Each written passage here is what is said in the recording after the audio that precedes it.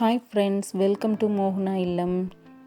இன்றைக்கி நம்ம சுவையான காலிஃப்ளவர் 65 எப்படி செய்கிறதுன்னு பார்க்கலாம்.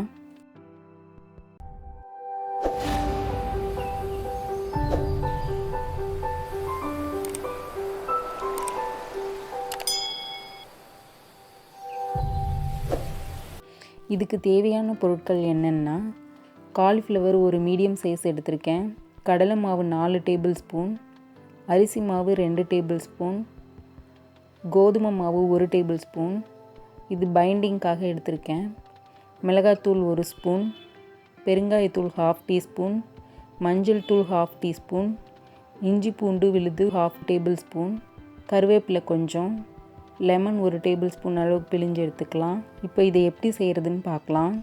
முதல்ல காலிஃப்ளவரை சுடு தண்ணியில் கொஞ்சமாக உப்பு போட்டு ஒரு 20% அளவுக்கு வேக வச்சுக்கலாம். 2 மினிட்ஸ் வேக வச்சாலே போதும். ரொம்ப நேரம் வேக வச்சிங்கன்னா ஃப்ரை பண்ணும்போது நிறைய எண்ணெய் குடிக்கும்.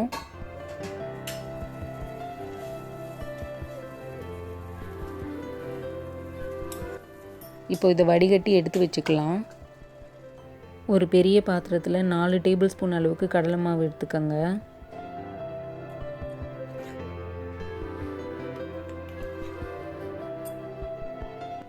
ரெண்டு டேபிள் ஸ்பூன் அரிசி மாவு எடுத்துக்கலாம். கடல் மாவு எவ்வளோ எடுக்கிறீங்களோ அதில் பாதி அரிசி மாவு எடுத்துக்கோங்க. கோதுமை மாவு 1 டேபிள் ஸ்பூன், கோதுமை மாவு பைண்டிங்காக சேர்த்துருக்கேன். மிளகாய்த்தூள் 1 ஸ்பூன், பெருங்காயத்தூள் 1/2 டீஸ்பூன், மஞ்சள் தூள் கொஞ்சம் சேர்த்துக்கலாம். இஞ்சி பூண்டு விழுது 1 ஸ்பூன் சேர்த்துருக்கேன். கருவேப்பிலை கொஞ்சமாக கட் பண்ணி சேர்த்துக்கோங்க, இதோட ஃப்ளேவர் நல்லாயிருக்கும். லெமன் உங்கள் டேஸ்ட்டுக்கு தகுந்த மாதிரி பிழிஞ்சு விட்டுக்கோங்க.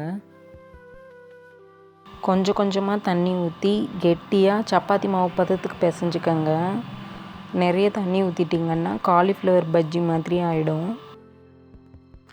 இப்போல்லாம் பாக்கெட்டில் வர்ற தூள் உப்பில் அலுமினியம் ஹைட்ராக்சைடு சேர்க்குறாங்க. எதுக்காகன்னா உப்பு ஈரப்பதம் இல்லாமல் ட்ரையாக இருக்கிறதுக்காக இதை சேர்க்குறாங்க. இதை நம்ம ரெகுலராக எடுத்துக்கும் போது நரம்பு சம்மந்தப்பட்ட பிரச்சனைகளும் இன்னும் நிறைய சைடு எஃபெக்ட்ஸும் வர்றதுக்கு வாய்ப்பு இருக்குது. அதனால் நம்ம தேவையான இடத்துல எப்பவும் கல்லுப்பையே யூஸ் பண்ணுங்கள். தூள் உப்பு பயன்படுத்த வேண்டிய இடத்துல நம்ம கல்லுப்பையே மிக்சியில் அரைச்சி வச்சுக்கிட்டு ஒரு கண்ணாடி பாட்டில்லையோ அல்லது பீங்கான் ஜாடிலையோ போட்டு யூஸ் பண்ணிக்கலாம். தேவையான அளவு உப்பு சேர்த்துக்கலாம்.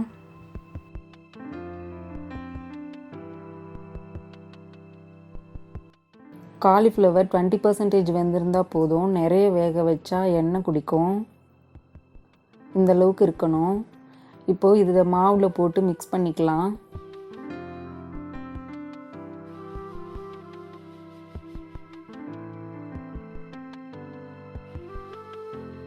மாவு லைட்டாக கோட்டான மாதிரி தான் இருக்கும்.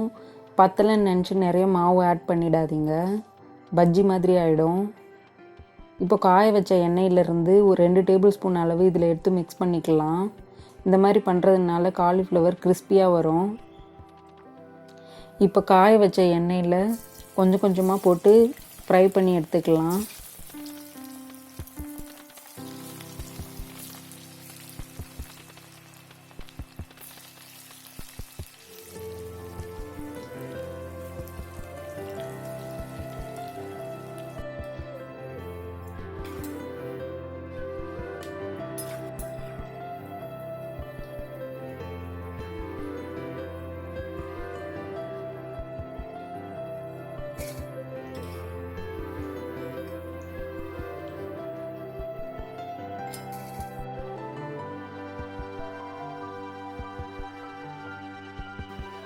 இது கூடவே கருவேப்பிலையும் போட்டு ஃப்ரை பண்ணிக்கிறேன், ஃப்ளேவர் நல்லாயிருக்கும்.